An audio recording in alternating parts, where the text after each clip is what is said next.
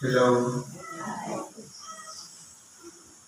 sa pangalan po ng dakilang Panginoong Kristo, isang mapagpalang umaga po sa bawat isa.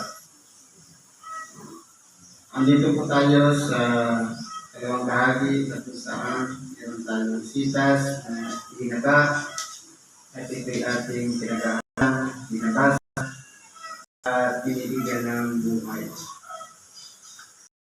Ang una po ay yung sa Ebanghelyo ni Apostol Juan, sa Kapitulo 10, versikulo 1 hanggang 7.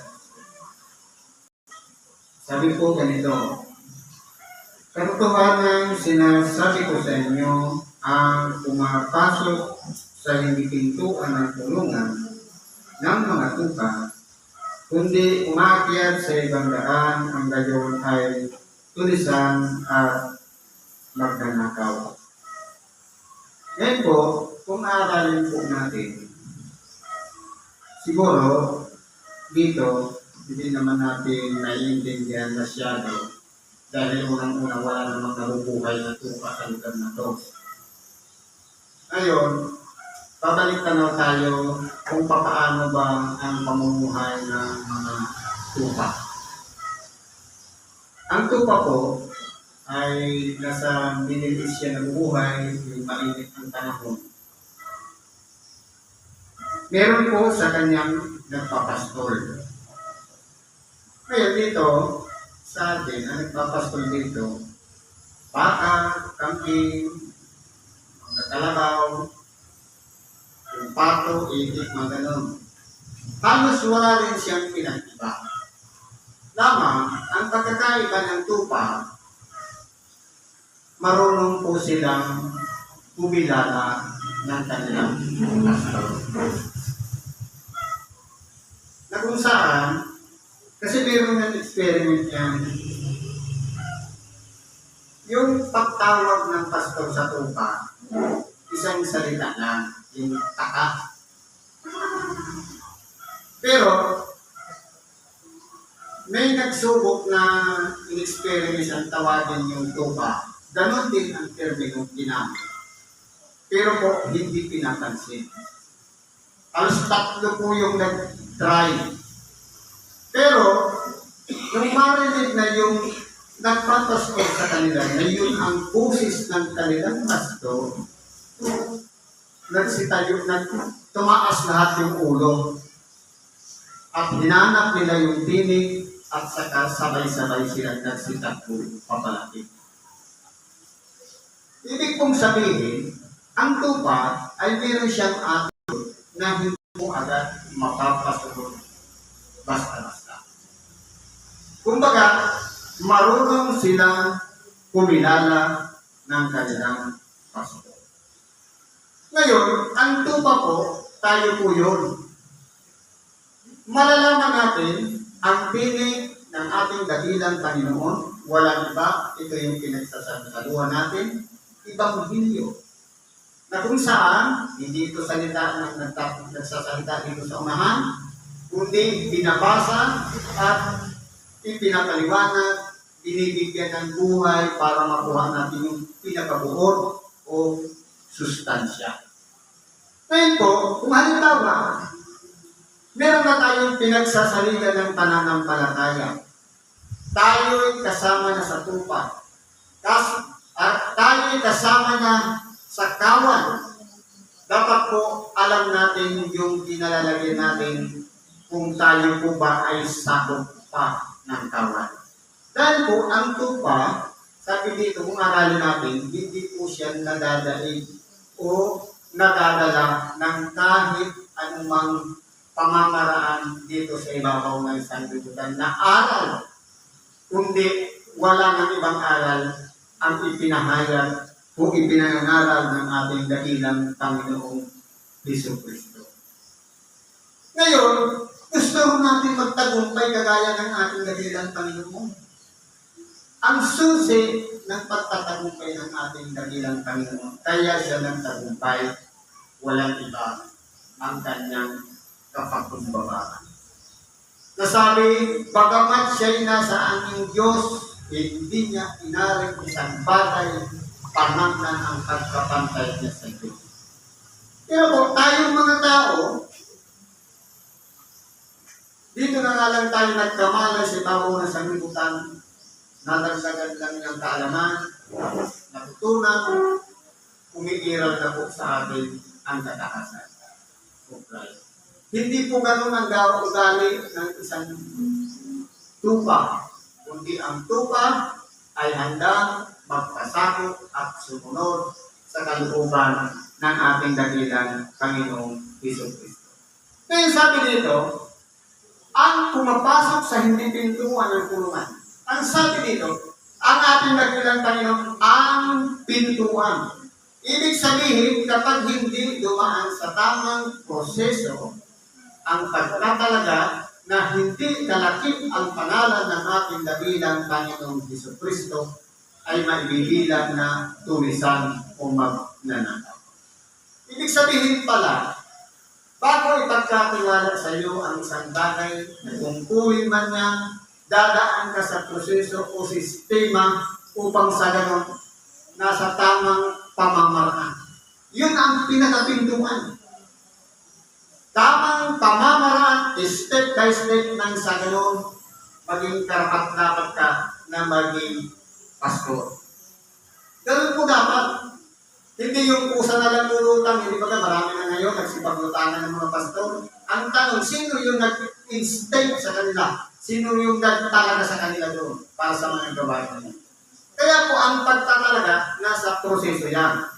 Kaya sabi, tatapat ang pumapasok sa pintuan ang siyang pastor ng mga tupa. Ibig sabihin, kung ang ating dakilang Panginoon ang siyang pintuan ng bulungan ng mga tupa, dadaan talaga sa tamang daan. Ibig sabihin, hindi illegal yung pagkakatalaga o paglalagay, kundi ipoproseso. Nasa tamang sistema. Ganun po yung pagkakakilangan ng mga pastor. Kung paano siya ay kinikilala ng mga tupa dahil dumadaan talaga siya doon sa tarandahan, doon sa pintuan. Yun po ang palatandaan ng mga tupa. Kung tunay nga na bagamat maraming gumagaya ang tinig o sa tinig ng pastor, pero nakikilala nila sapagkat doon talaga dumadaan ang pastor sa pinakapintuan. Kahit magkahuwig ang boses, ang mahalaga doon, dumaan siya sa pintuan. Na walang iba. Yun yung proseso na kinakailangan sa ilalim sa kapangyarihan ng ating dakilang Panginoong Jesucristo. Binubuksan siya ng bantay pinto. Ibig sabihin, kahit yung bantay pinto, kinikilala yung pastor. At dinirinig ng mga tupa ang kanyang tinig at tinatawag ang kanyang sariling mga tupa sa pangalan at sila'y pinahagi sa. Ibig po palang sabihin, ang isang nagpapastor ay kung halimbawa, gagaling mo siya sa labas, sinusunod, ibig sabihin, nagpapasakot. Ngayon po, kung halimbawa mayroong tupa na hindi sumunod, ibig sabihin, problema na yan ng tupa. Ang mahalaga doon, marami yung sumunod. Pero kahit man sumunod lahat yan, at kapag may nawala ng isa, kung may pagpapahalaga ng pastor, hinahanap pa rin yung nawawala ng isa. Ganun po ang ugali din ng pastor. Kaya kung may attitude ang tupa, na hindi agad siya napadalala, bigla-biglaan, na kahit kapag sinabi may ganito, may ganyan, kundi ina-analyze niya, inaaral niya kung yun nga talaga yung tinig ng kanyang pastor, ganun din dapat ang pastor. Kinakailangan din may pagpapas, hinuhod sa kanyang nagtalaga, walang iba ang ating dakilang Panginoong Jesucristo. At higit sa lahat, nakikilala na rin ang kanyang mga tupa na ayaw na may mawagin na kahit isa. Kaya kung halimbawa ang pastor walang pakialam sa tupa, hindi yan pastor. Kasi ang tunay na may pastor ay malasakit sa bawat tupa na kanyang pinamamahalaan. Pagka nailabas na niya ang lahat ng sariling kanya, ay pinangunahan niya sila at nagsisunod sa kanya ang mga tupa sapagkat nakikilala nila ang kanyang tinig. Ibig sabihin, kahit pala saan siya pumaroon, yung pastor, Dahil nga nakikilala siya ng tupa, susunod sa kanya. Ibig sabihin, hindi humihiwalay. Ganun din dapat tayo. Saan man, kung maroon ang ating dakilang Panginoon, ipinangangaral ang Ebanghelyo, dapat ang mga tupa palaging naroon. Sapagkat kung nakikilala natin ang tinig, hindi natin i-disregard na masayang ang oras ng Ebanghelyo para hindi tayo makarinig ng kanyang tinig. Na walang iba. Ito na yung Ebanghelyo. Yung tinig na yan na pinakikinggan natin.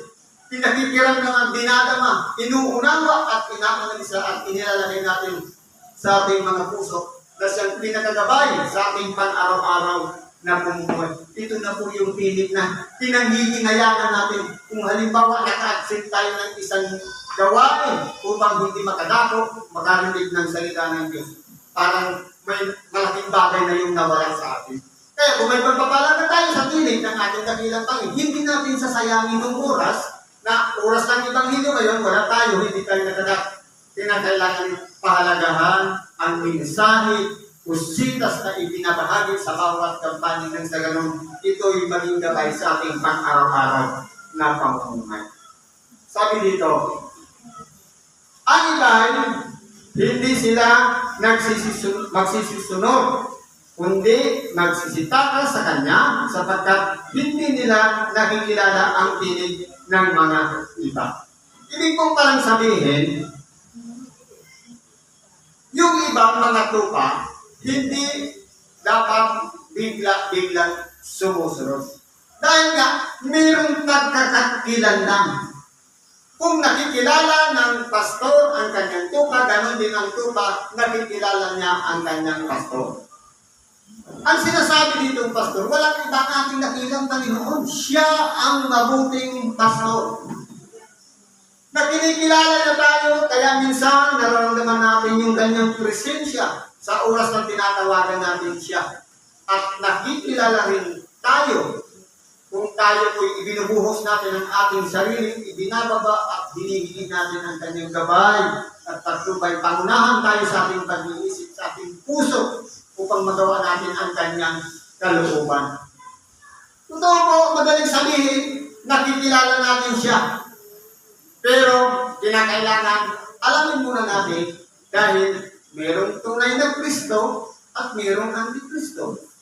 Ngayon, yung pagkakilala ng tinig ng ating dakilang Panginoon, makikita natin yan, yung tunay na pagpapahalaga ng koneksyon ng pastor sa kanyang mga tupa. Kung ayaw ng pastor na kitali maligaw, kung mapahiwalay sa kanyang kawan, ibig sabihin, ito na yung tunay na mabuting pastor. Walang iba ang ating dakilang Panginoong Kristo. Ang gagawin niya, may susubukin siya isang tao para pabalikin tayo, para muling maisama sa kawan ng sa ganon. Makikilala natin, ganon makapangyarihan ng Diyos na ayaw niyang mahiwalay tayo sa kanyang piling. Yun po ang ibig sabihin nito. Sabi nito, sinilta ni Jesus sa kanila ang talinhaging datapwat, hindi nila napagkunawa kung anong mga bagay ang sa kanila'y sinasalita. Dahil nga po yung mga nakapaligid sa ating dakilang Panginoon, hindi nila mag-gets yung pinatutungkulan ng ating dakilang Panginoon. Yun pala ay tinatamaan na yung mga eskribas at mga Pariseo. Sapagkat sila po'y sumasalungat sa lahat ng ipinangangaral ng ating dakilang Panginoon. Ang pinakapuntiryalan naman kaya nandoon yung mga Pariseo at mga eskriba, walang iba, hanapan ng butas ang ating dakilang Panginoon. Hanapan ng diferensya. Sa totoo ulan po, tayo'y kasama sa kawan ng Panginoon. Kasama tayo sa kanyang katawan. Ibig sabihin, ang isipan natin na tulad ng isang kawan na naghahanap ng tinig ng Panginoon. Huwag natin gagayahin yung nakapaligid sa ating dakilang Panginoon, mga eskribas at mga Pariseo na walang ibang binabantayan ang puna ng ating dakilang Panginoon. Huwag natin titingnan ang puna. Ang titingnan natin yung tinig niya na dapat mahalaga tayo sa Kanya, kaya niya tayo inaaralan ng mabuting balita. Walang iba ang salita ng Diyos. Siguro po nandito na lang ang pakikibahagi natin sa oras na ito. Salamat po sa Diyos at ang mga nating mga kahilingan, ilapit po natin yan sa Diyos at ipagkalog po nawa sa atin ang kagalingan, lahat ng kasagutan sa ating mga salamat at isang mapagpalang umaga sa bawat isa.